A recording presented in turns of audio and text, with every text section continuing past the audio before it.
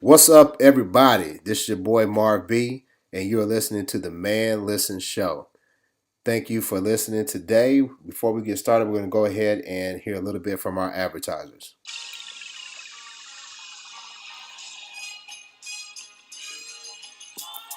The Man Listen Show is brought to you by the new album by Tony Emeralds, Retro, raw elements that radiate originality.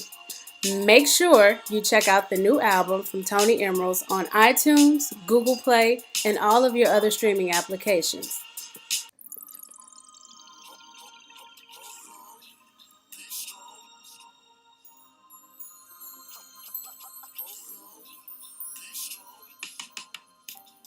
Title Boxing Club of Rock Hill is proud to be a sponsor of the Man Listen Show. Title Boxing Club Rock Hill offers dynamic boxing and kickboxing classes for all. Check us out on Instagram, Facebook, and Twitter at TBC Rock Hill.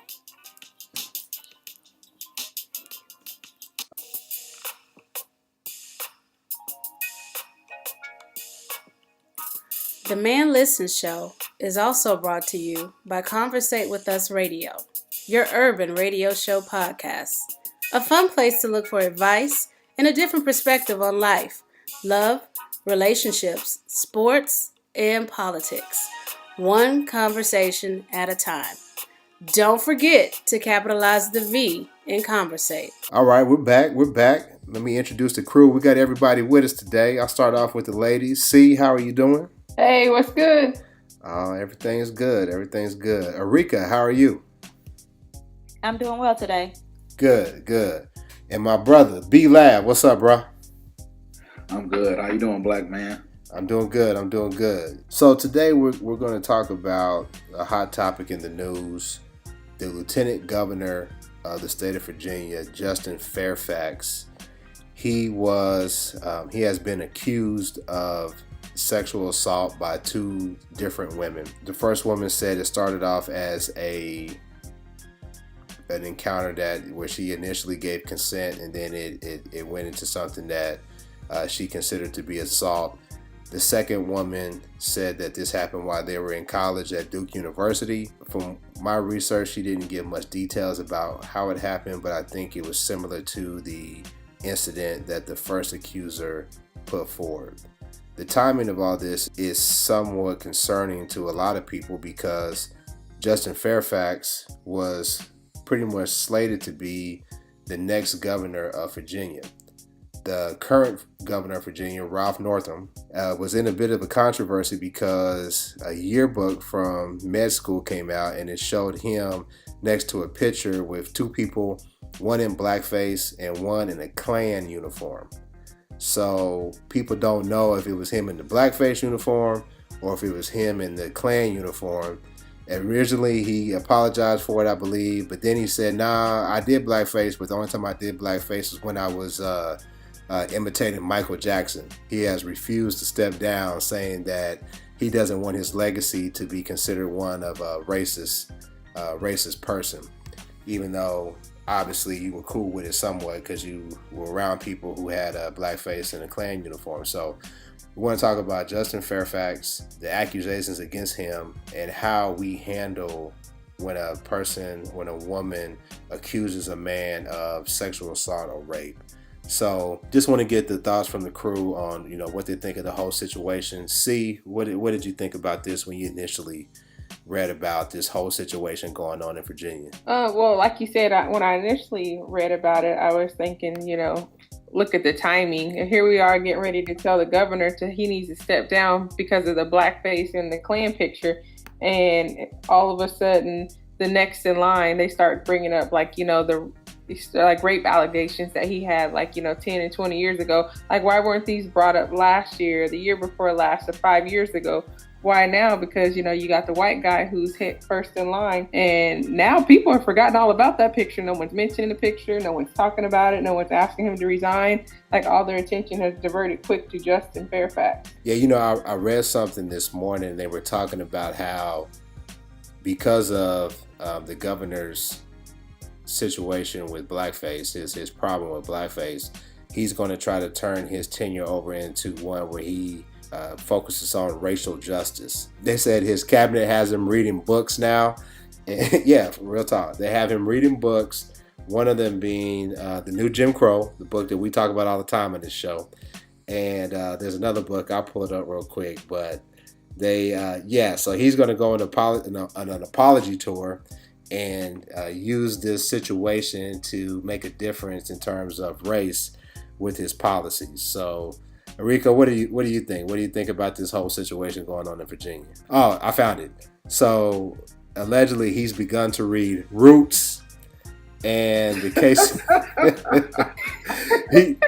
Why? Now, this is from BuzzFeed.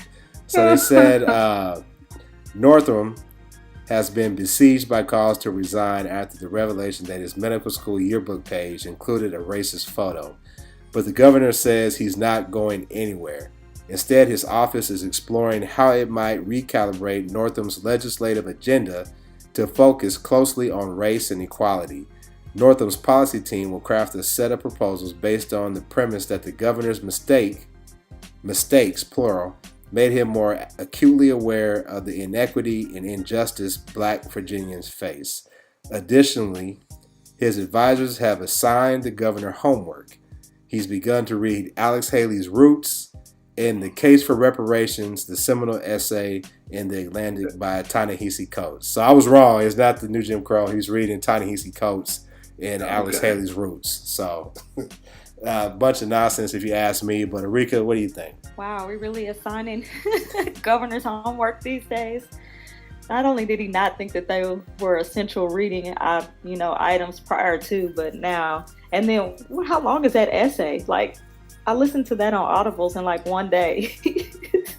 So, I don't know. I'm not taking that very seriously. I'm not surprised by anything going on in Virginia. I do think that they need to just clean house. The timing may be suspect, but a lot of times when you're starting to rise in political power, that's when people start looking into your history. I didn't look into Kamala Harris until she put in her presidential bid. So now that he's up for potential governor, that's why people are looking into Justin.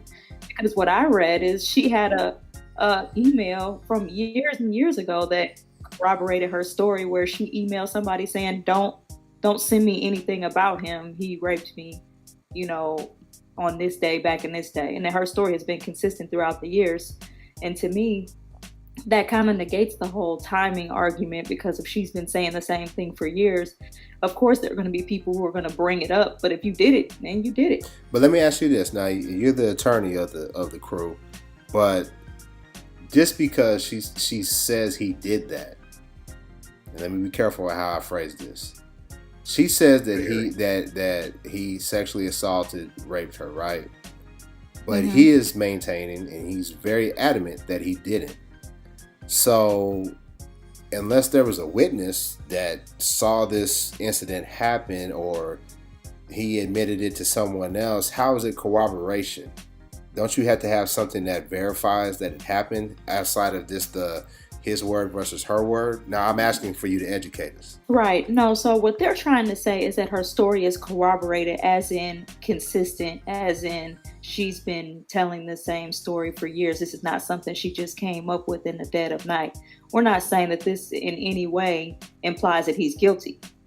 We're saying that makes it a substantial complaint that needs to be investigated. I don't think he should step down. I wouldn't go. I mean, if he's saying he's innocent, I would fight to the end. But like I said, with her having been consistent throughout the years and having other people who can say, yeah, I heard her say this, then that makes it a consistent, viable complaint, basically. So what they're trying to say is that there are some complaints that hold less weight than this one does. And so since this one kind of holds more weight because there's more to it to support it being potentially true, that is worth looking into more than some other type of frivolous thing that somebody just came up with 2 days before he decided to before he became in the position he's in now to potentially be governor. And I guess because I watch a lot of Black media, I was aware of who he was because during the last election cycle, when he was elected lieutenant governor, there was a big to-do because he was running for lieutenant governor, and the rest of the Virginia Democrats were running. And there's, they run like as a ticket. So basically, if I'm the governor, I can pull up the lieutenant governor, and I can pull up, the down the ticket. I can pull people up, and people vote for a straight ticket, and we get elected that way. And there was an issue in Virginia where they put out some sort of campaign material, and they had every other Democratic candidate, but they left Fairfax off of it. And people looked at it as, okay, why'd you leave the black man off? So they've never had a good relationship, I believe, between the lieutenant governor and the governor. Now, the people that came out with this, it was a Republican, I believe it was a Republican blog site that came out. They found the blackface picture of Governor Northam. And I think that same site came out with the news that Fairfax had somebody accusing him of sexual assault. I mean, the timing does seem suspicious, but Aryka's point, does make a lot of sense, man. What do you think about all of this? I'm pretty much in line with everything Aryka was saying. The fact that the accuser told somebody years and years ago, or send an email, you really got to be playing the long game if you just randomly send an email to somebody saying somebody raped me. You know what I mean? I mean, not saying that it doesn't happen, but that's much more of a stretch, believing that someone would just arbitrarily one night say this person raped me, just to send an email to get it on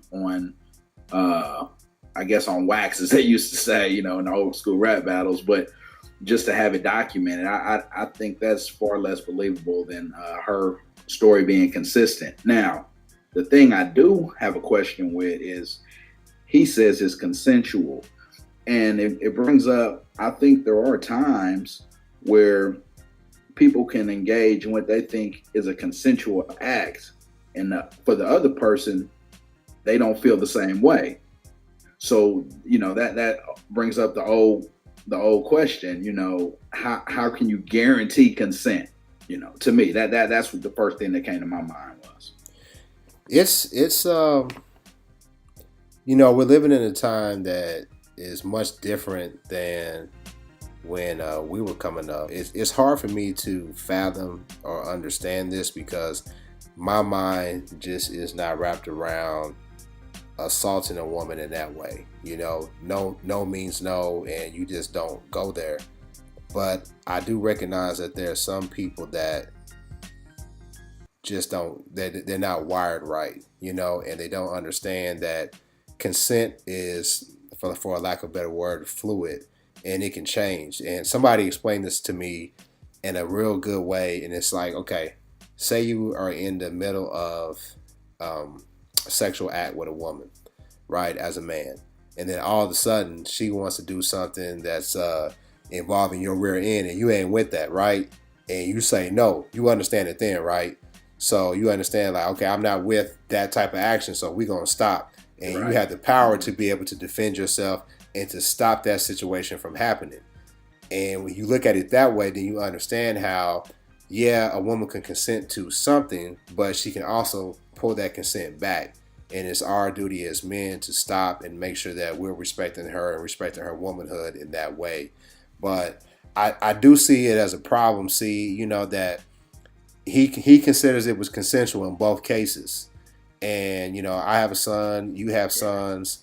It's a touchy situation. I mean, how do you teach your boys? I mean, I hope I explained it in a good way, but I mean, what do you think, C? I mean, I think we're going to some ground that we really have to educate our boys and especially our boys. I'll just put it like that. Educate our boys on how to treat women.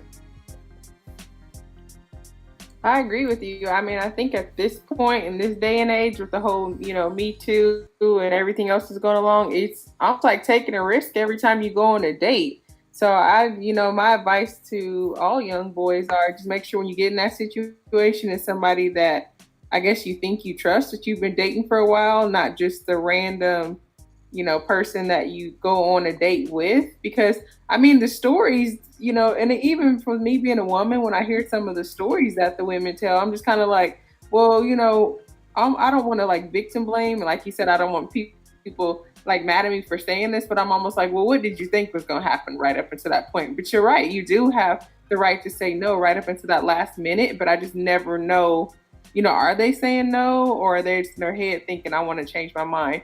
Because with Justin Fairfax accuser, I mean, she also accused 2 other guys at Duke University, and nothing ever came, of it. So I really don't know, like, what she's thinking. So I really don't know. The second accuser. I mean, I hate to say that because it looks like, I'm victim blaming, but I'm really not. So the second accuser, just so people know, the second accuser said that before she was allegedly raped by Justin Fairfax, she was raped by a Duke basketball player.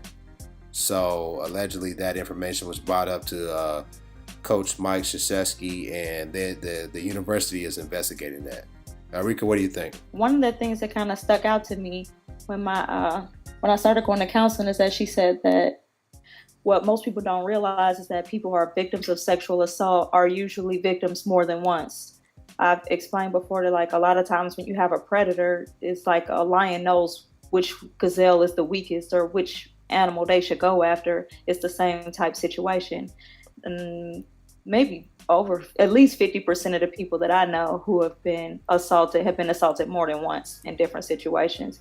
And then it's like once you kind of get that vibe that that's somebody who's not going to tell or not going to say anything or not going to report it, then you kind of put yourself in a situation where you're bound to be in that situation again, unfortunately. Especially it learns that you're the type of person to not say anything. Man, that's heavy. And I talked to other women that I know, and they alluded to the same thing, and I think we talked about it in past shows, where someone who looks vulnerable and might not be so apt to fight back or to speak up if something happens to them, they do become more of a target, because there are people out here who are predatory, and they can look at people and say, what, that person is vulnerable. I can go ahead and exercise my power over this person, their sick and twisted way. Lav, I mean, I don't know, bro. It's a tough situation, man, but I still think that we have to. The problem that I have is that someone can throw an accusation out, and I'm not saying one side or the other is lying, but someone can throw an accusation out, and effectively your reputation is done, and there's no defense against that. So how do we handle that situation without victim blaming, like C said, not without trying to create a culture where women aren't comfortable coming forward, but still give men the ability to defend their name? Man, that might be the $1 million question. I don't know that I have a good answer for that. I would say, similar to what Fairfax said, he wants everybody to respect the young ladies, treat them fairly, but he asked for an independent investigation himself. Now, me, Joe Blow, I'm not a lieutenant governor of a state or anything like that. So if that happens to me, I mean, obviously, I won't have the resources to call for an FBI investigation or what have you or anything like that. I also think that that's more so a problem. The problem that we're discussing is partly because he is in a position of high profile position or a position of power. I was reading something today where a lot of times when you see these guys and then 2 or 3 more people come out the woodwork is because, similar like what Aryka was saying, these people, some of them have been victimized multiple times. So you start to believe in yourself that even if I say something, nobody's going to believe me. So you keep quiet. And then once you see other people come forward, then it gives you kind of the courage to tell your story and things like that. So, long story short, I don't have a good idea or a good explanation on how we can adjust or how can we react to it. I wrote a blog. I don't know if y'all remember when what was the brother's name? Was it Nate Parker, when he came out with the Nat Turner movie, and he was he was accused of rape, him and a friend of his, while they were at Penn State. A young lady accused them both of sexually assaulting and raping her. I think she eventually commit suicide. I believe she may have committed suicide later on down the line, but he was adamant that he did not do that. And I remember when it was a big point of discussion between black men and black women, and I think that was right before like the Me Too movement popped off, and Bill Cosby was in the news. He had not been convicted yet, but people were coming forward and saying, "Yeah, man, Cosby did this to me," and all the women were coming forward. And I remember writing a blog about this because, everybody was like, "Hey, man, listen, all of a sudden, here comes this movie where we're talking about Nat Turner and killing white folks, and this is a powerful movie that we need to see. Now you're trying to bring a brother down with this rape accusation." And the same thing is happening with Fairfax. But when I was researching my blog, I saw that the number of women who are found to have lied about being assaulted is so minimal that, we really need to err on the side of caution and give them the benefit of the doubt. But I still believe that we all do justice, and he's been adamant about it. And he said, if he called for FBI investigation, I mean, that shows that he's pretty clear that he did not do anything wrong to those women. But I guess, can men and women have different ideas about what consent is? Could that be what the issue is? Absolutely. Yeah, that's what I was getting at. Is I think that's clearly the issue in this situation, because he's not denying, or none of them are denying that the sexual contact occurred. It's just in his mind, he thought it was consent, and theirs they didn't. So there's clearly a disconnect there on what men think is consent and what women think is consent or feel is consent. Well, I was going to say, I have a lot of, friends and family who have played professional sports, not anyone in particular, but I do know that, and a lot of times in those situations, you have your right-hand man, they actually have women sign the whole non-disclosures and the consents and things like that. So they don't end up in a Kobe situation and get accused of something. I mean, I don't know if this is something that, everyday people are going to need to do, but I think something's going to have to probably change in the future. Right. Something. For me, what I did was I had to talk with my son maybe a year or two ago, when that 13 Reasons Why came out that all of the kids were watching. And I didn't realize what the TV show was about until after my child had already seen it, which is, I guess, kind of how middle school and high school goes these days. Fill us in. I didn't hear about 13 Reasons Why. Maybe I'm a terrible parent, but what was that about? I've heard it. I've heard it. I never watched it. Oh, I didn't watch it either. 13 Reasons Why. Everyone in my family has seen it but me, but I don't watch shows that involve rape. But apparently this teenage girl was raped at school, and then she goes through the 13 reasons why she ends up killing herself, and sends a tape to everybody outlining what they did wrong, which is a little excessive, but it's also set in a high school. And so basically this TV show is addressing rape, teenage drinking, teenage suicide, and whatever other topics. But I don't know how thoroughly or efficiently they addressed it. And so because that show addressed it, I personally addressed it with my son. So wait. So was this on network TV, or was this at the school? I mean, that's heavy. It's Netflix. It's Netflix. Yeah, there's Netflix. A season 2. I think there's a season 2 out now. I think so too. So is it a true story, documentary? No, I don't think so. No, it's just a TV show, I think. I haven't seen it. Okay. So, but yeah, it apparently it addressed too much stuff, and by the time I heard about it, my child had already seen it, and my daughter was trying to watch it, so my husband watched it with my daughter so that they could talk about any issues that came up. But I talked to my son, and basically what I did was I had the conversation about how not to be a rapist and how not to get falsely accused of rape, and I told him how it's kind of like a two-sided coin, partially because he is a black athlete, And sometimes, in most cases, if there is a false accusation, we found that those people have been Black athletes. And then I told him basically about consent. No means no. And err on the side of caution. It's better to not do anything, and she kind of was feeling it, than to do something and she wasn't. And I mean, that's pretty much, I think, how it starts, having a conversation. Because when I was young, nobody talked to me about rape or teenage drinking or teenage suicide. And we spend so much time trying to shield our kids from real life that they're learning it from their peers. And so it's a bunch of people who don't know anything teaching each other a bunch of wrong stuff. And it's like, I was asking my grandmother, because my grandmother is 96. And I said, Grandma, I feel like I had to ask you like a million questions before I don't have the opportunity to ask you.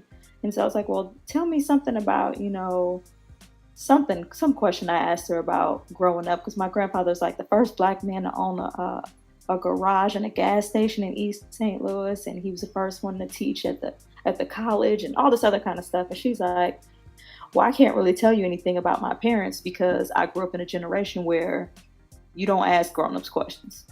And I took that. At first I was like, Grandma, are you asking me not to ask you any more questions? Or are you really just telling me? Yeah. You're asking too many questions. Right, but I think it was kind of a little bit of both, because it kind of wrapped up shortly after that. But I think that's part of the problem, is that our parents and their parents all grew up in a don't ask grown-ups questions, and let's keep our business out, keep kids out of grown folks' business. And then these kids, just a bunch of kids just out here winging it. And that's probably a mistake. I had asked my son, because with all this Me Too movement and everything that's in the news, I had asked him some questions. I came across something on Facebook about questions to ask your children, and we were in the truck talking, and he was in a good mood. He's a teenager, so you got to catch him when in a good mood. And I was just asking him questions about consent, and if you two have been drinking together and she passes out, and before she passed out, she was, feeling it, can you continue to go forward? And he was like, no, she's not sober enough to tell me, yeah, I want to go forward. And I was really relieved, because he was able to answer the questions in the right way. So I think the schools are doing somewhat of a good job, because I had not had that conversation with him, and he was able to, answer it in an appropriate way.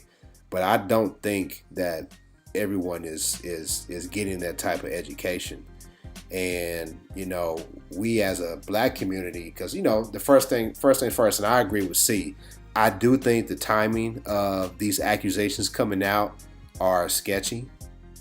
I'm not saying I don't believe the women, but I do think that the timing of it, with him being on the precipice of possibly being the governor of Virginia, like I said, maybe it's just because I watch Black media, but he's been in the news.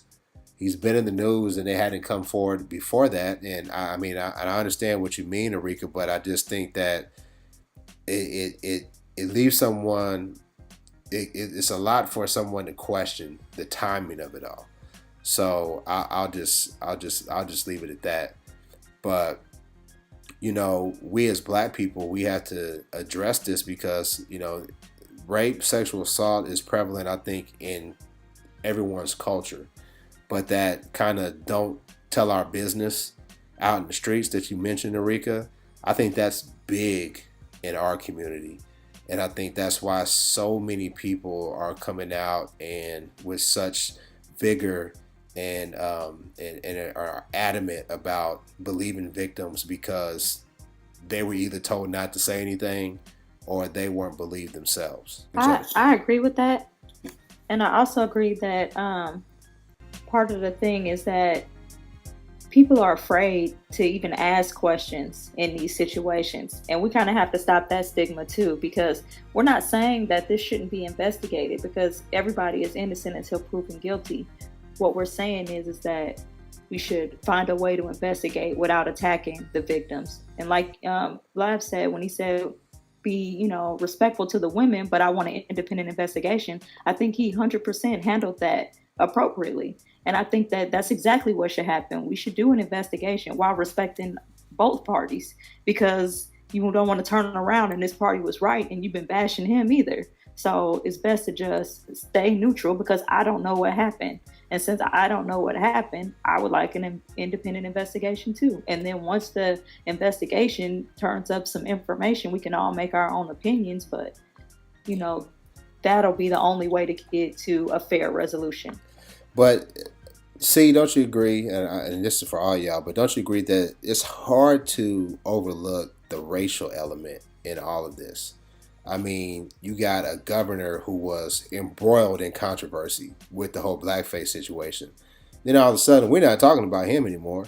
I mean, the news that I read about him reading Alex Haley's Root and Ta-Nehisi Coates, that was just like in a newsletter email that I received. There's been nothing much on the news anymore. It's all about Fairfax. And the same thing with Cosby. We all agreed that, hey man, Bill's got a problem. Bill, he's definitely got a problem now. He's locked up. But before he got locked up, Bill has a problem. But, everybody says, okay, there's all these white guys who are having issues, and, it seems like only the black men are being highlighted. That racial component is very hard for people like myself just to overlook. And I don't want to seem like, okay, I'm giving cover to a potential rapists or people who commit sexual assault, but it just seems awful funny to me that the only people that are being asked to be impeached is the black lieutenant governor. They're trying to draft impeachment proceedings on Fairfax, but nothing on the governor who was in blackface. Either he was in blackface or he was in a Ku Klux Klan outfit. I agree with you. I mean, I think it was all a diversion. I mean, if Justin did do it, yeah, he deserves to, he needs to step down and someone else needs to replace him. But at the same time, like you said, he didn't just start, getting into politics just this year. And again, I think it's a diversion. Like you said, we're not talking about him.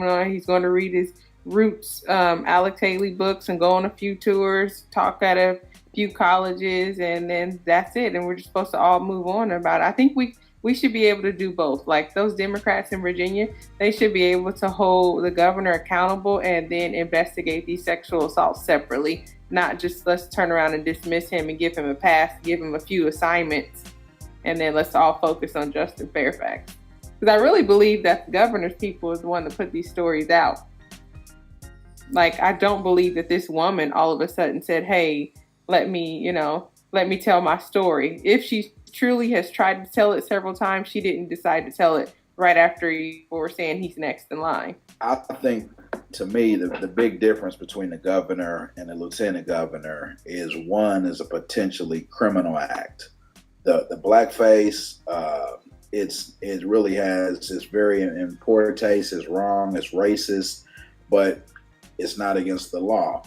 So typically that's when you see people get impeached, if I'm not mistaken. It's not for stuff that's not PC or things like that, but it's for criminal acts. And that's the difference to me. Well, I would push back on that, and I agree that maybe one is illegal, one is not, but you have somebody who's in a position of power who either they were in blackface or they were wearing the uniform of a domestic terrorist organization that has been known to be violent towards black people. So I have a problem with him being in office, knowing that he is controlling the state and he may have racial bias. He's over people who control our lives. We talk about local politics, city, state, and he's the head person over the state. I have a problem with him being in office. So yeah, I agree with you. It's not legal, but I'm not feeling him staying in office either.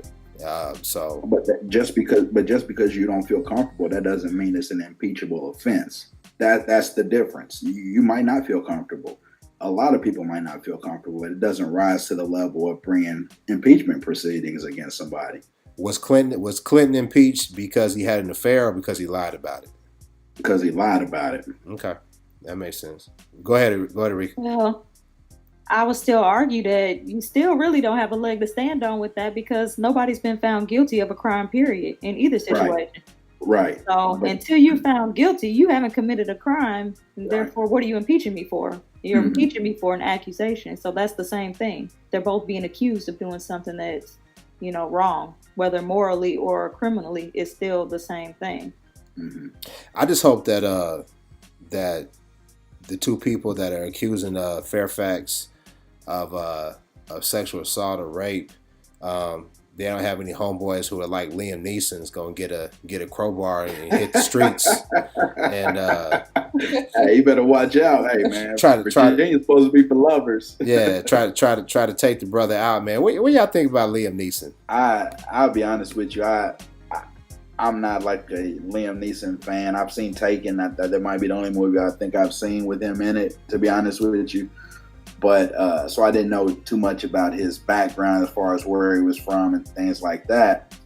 But when I found out where he's from, like, was it like Northern Ireland or something? Yeah. And the time frame in which this happened, it really is no shock. I mean, knowing that part of the world, the feelings they have to people of African descent, then it really is no shock to me. Yeah, but I think that it kind of speaks to the problem that taking it back to Fairfax and taking it back to, taking it all the way back to Cosby, the court of public opinion has been the cause of demise of many a black man. You know what I'm saying? Many a black man have been accused of raping a white woman, and gather the town, gather the pitchforks, and we know how it ended for a lot of our ancestors. So I thought it was particularly offensive. I mean, I guess I don't know why he decided to tell that story, but for people to give him cover and to say, oh, he learned his lesson and he knew he was wrong and XYZ, you can miss me with all that. I'm not trying to hear anything Liam Neeson said.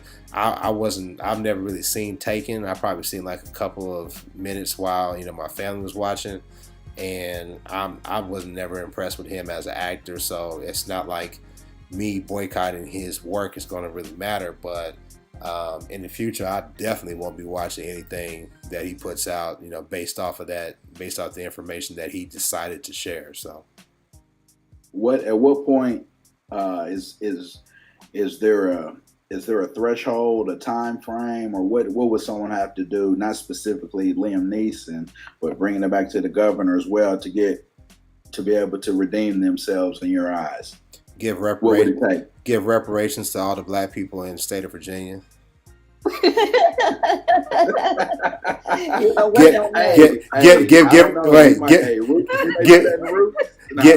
Give reparations to all the American DOS in the state of Virginia. Set the precedent. That's what he could do to make it all right with me. Okay. So do you believe that people can change or no? I don't believe somebody in their 50s is going to change. No, but I'm just asking. I mean, because if it happened 30 years ago, they were in their 20s. Okay, let me put it this way. To be fair, I am positive that there are things that I have said and done as a young man that if somebody were to hold that over my head, or if I were to be judged by that now, I would say that I'm not that same person, right? So I can concede that to him, but just knowing the history of racism in America and everything that goes along with it, I'm very skeptical. That I find it hard to believe that he didn't know that this was by his picture in the yearbook, and I'm very skeptical of his. I've changed, and I'm going to change my legislative approach to address race in the state of Virginia.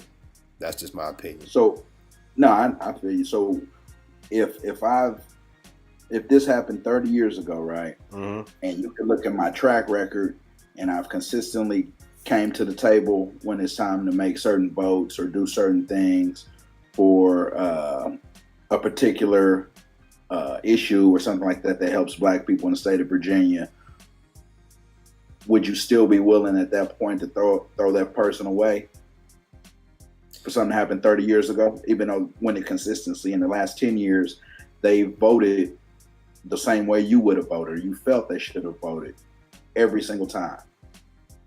I mean, I think when you're talking politics, it's all about you don't have any permanent friends, you don't have any permanent enemies.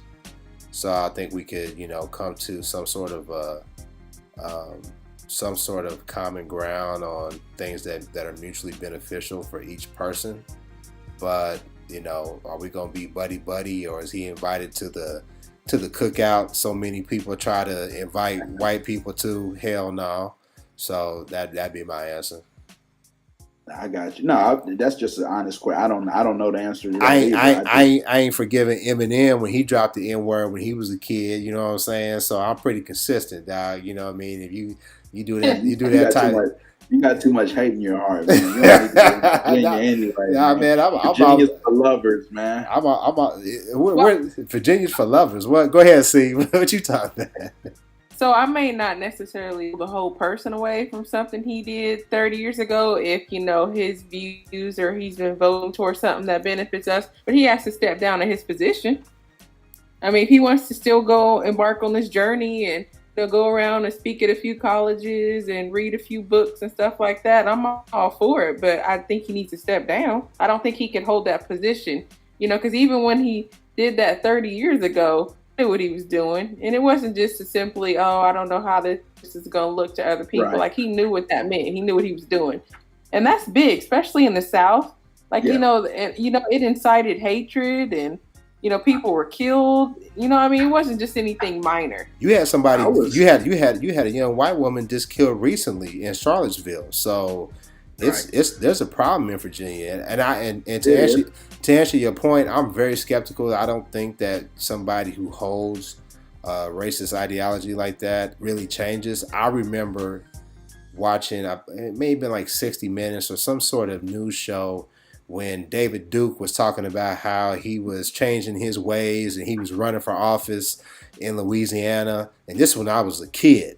And he's right back to being Grand Wizard or whatever Klan position that he holds with the Ku Klux Klan. So I'm not inclined just to give them the benefit of the doubt. I may not throw the whole person away, but if I'm willing to throw Kanye away for his nonsense, I'll definitely throw an old racist white man away for his nonsense. Right. You can bank on that. You know what I'm saying? I'll give a brother the benefit of the doubt, but an old white man, nah, you got to go, man. I'm getting you up out the paint. Nah, that's just me. So go ahead, Aryka. What you gonna say? I was gonna say I think there's a difference between these two. So as far as the governor goes, I think that the difference between him and Liam Neeson is he never owned up to anything. He's never taken responsibility he's never even said which one of those, or that he thinks that it's wrong. He's like, I'm going to do some homework and stick with it. I think he definitely needs to resign because this is something that's coming out now. Not because he wanted it to come out, but just because somebody exposed him. For one, because Liam Neeson took responsibility for what happened. He exposed himself. And what happened is in the interview, they asked him about his new movie is about revenge. And they say, well, what did you use to, draw upon while playing this character? And he said, well, I had an incident that I learned from when I was younger. And that's a close friend of mine was hurt. And I wanted revenge. And he's like, and I did something stupid in order to try to get revenge for her, but she handled things the right way.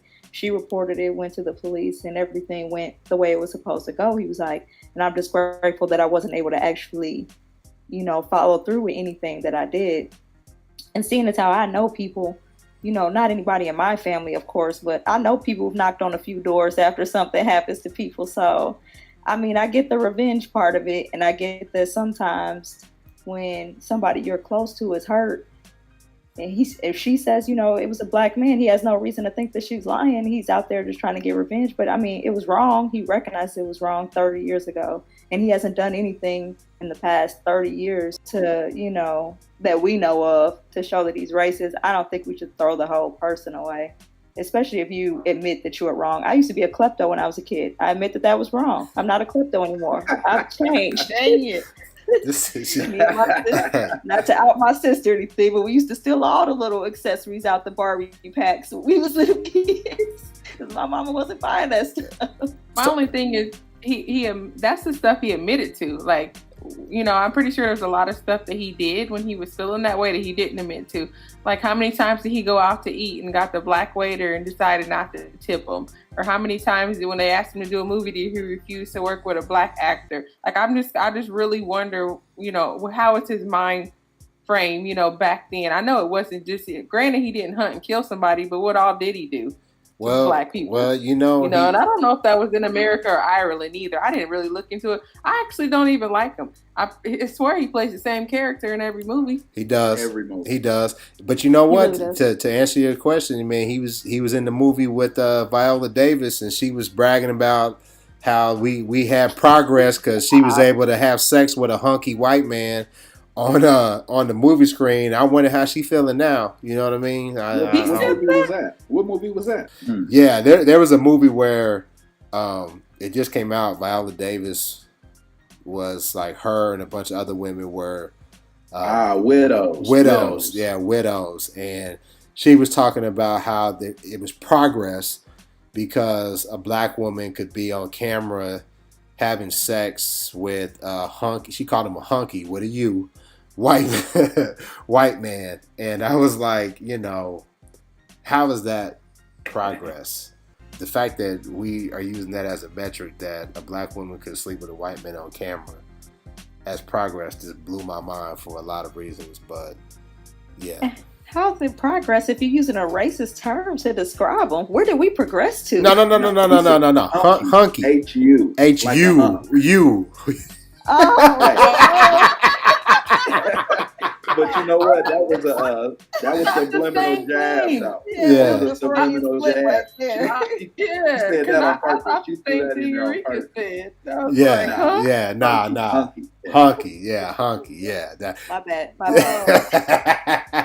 haven't heard that word punk though. This is like the 80s. Yeah. Hey, but check it out.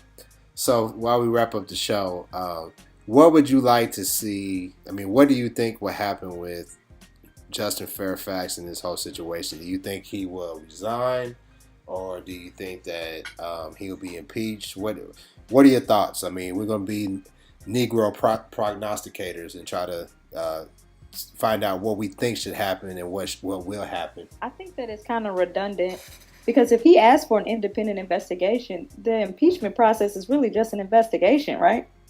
So it's kind of like the same thing. They're both going to be looking into it. So I don't think he should resign. I think he should wait until it's investigated, and maybe he'll be vindicated, maybe he won't. But like you guys said earlier, I don't see why anybody would ask for an independent investigation if they thought they were going to be found guilty and more bad evidence was going to come up against them. So I think that he should just wait. Lav, what do you think?